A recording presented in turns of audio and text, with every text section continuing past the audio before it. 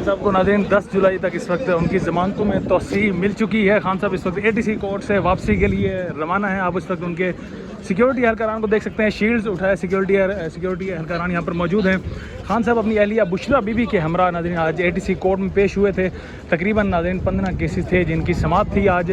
खान साहब उन केसेस में आज यहाँ पेश हुए, तो आज तकरीबन केसेस में उन्हें ज़मानतों में तौसीह मिल चुकी है। 10 जुलाई तक तौसीह मिली है। अब इस वक्त इमरान खान हाई कोर्ट का रुख कर रहे हैं। हाई कोर्ट इमरान खान साहब जाएंगे।